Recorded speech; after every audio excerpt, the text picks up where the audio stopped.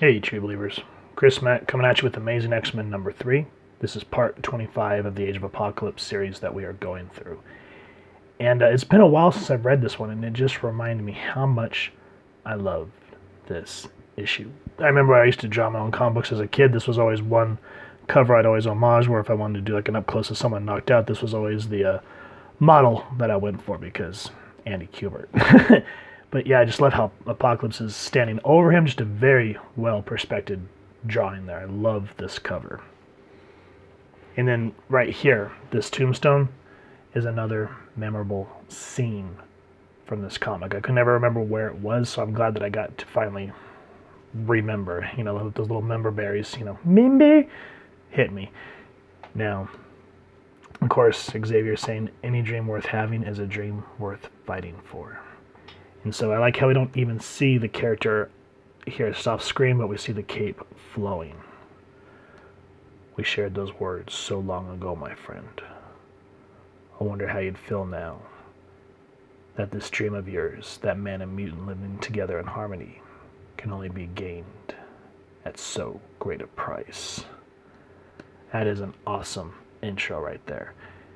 And this is back a lot, there's still digital art about this time, but still a lot of it was hand done, and it shows just beautiful. Who's responsible for this book and the beauty of it? Fabian Nicieza writing, one of my favorite writers. Andy Kubert, penciler, still one of my favorite artists. Matt Ryan, inker. Richard Starkings and Comicraft letters. Kevin Somers and Digital Chameleon doing the color art. Bob Harris was the Atom Smasher. I wish they'd still do that. The print date on this is May 1995. And then when you turn the panel, after seeing that little voiceover, you just see Magneto standing large and in charge. And I love the big bellowing cape. That is so cool. And then you kind of see how powerful he can be, but controlled. Because Bishop's holding the gun. There's a security breach. He's like, I allow you to carry that weapon for your own protection, not so you can point it at me. And he just deconstructs it and then puts it back together just like that. So Bishop's basically saying, why are we standing? There's no time for reminiscing. And I just like in these little panels, it shows Magneto's power and what we're about to go up against, because Magneto puts his helmet on. Fire over my left shoulder, please. And then, boom. Here are the Infinites ready to take out Magneto at his home base here in Westchester County, or what used to be Westchester County. And then here, when I was younger, I never knew who the Vanisher was, and I'm still not 100% on him, but I like how he was utilized in the 2008 X-Force run, which was, who was it, Christopher Yost and Craig Kyle. Great series if you've not read it. But yeah, I liked how Vanisher was used in the 616 universe. Here, he's talking about how he was utilized to bring the Infinites to Magneto's sanctuary, and then he disappears. That was just kind of the basic function of Vanisher, introducing him into this world. And again, the power of Magneto just ripping the Infinites' armors and all their cybernetic enhancements apart. And then in the same breath, we saw the power of Magneto. Now on the same other side of the coin, here's the equal power of Insabanur, Apocalypse. You see how he's able to take down both Bishop and Magneto in one fell swoop. And Magneto doesn't stand much of a chance. I don't want to give away what happens here, but it's great reading, and you start to feel the stakes coming down on you. Now, remember at the beginning how they introduced Nanny and how she's the kind of the caretaker for Charles? She takes off to save him.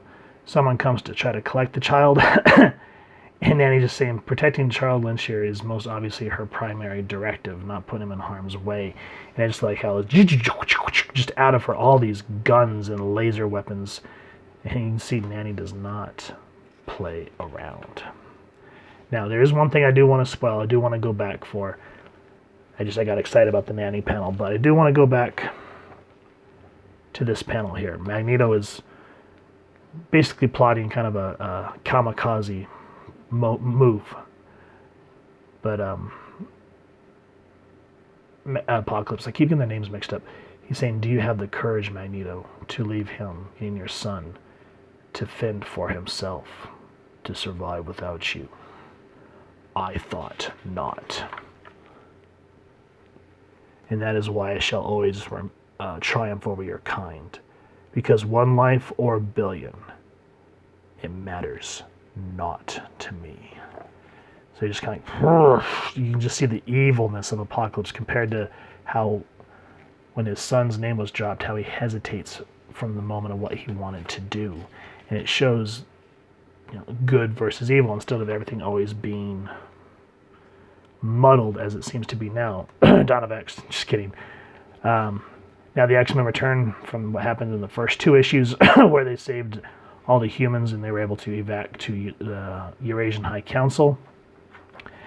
And then there's a little bit of building up. But Quicksilver, being Quicksilver, takes off to heaven, Angel's Bar. And he's saying, what happened to my father?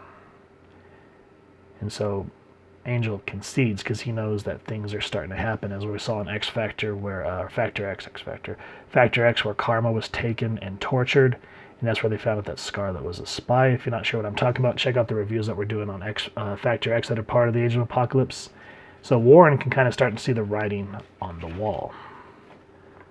Now, you find out what Magneto's taken one place, and then you find out that Bishop's taken to another place. It's called the Magi.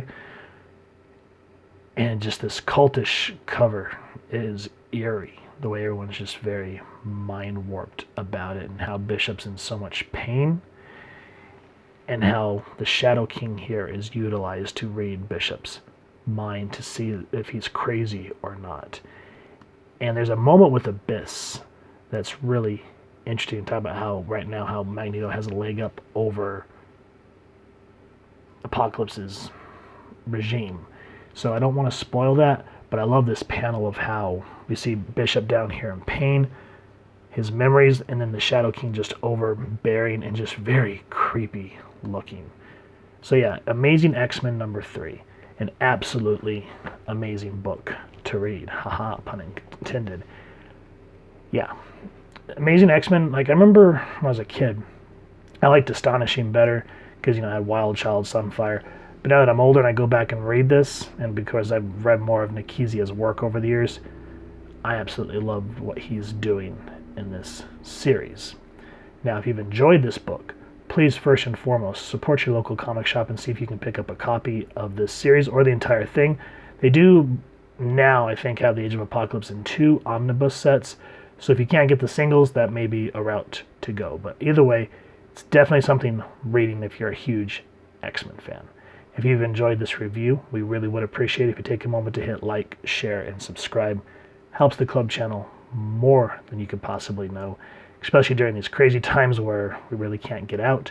So I hope that you all do enjoy these reviews, so it gives you something to look forward to when we're able to get back out and mingle with the rest of the world.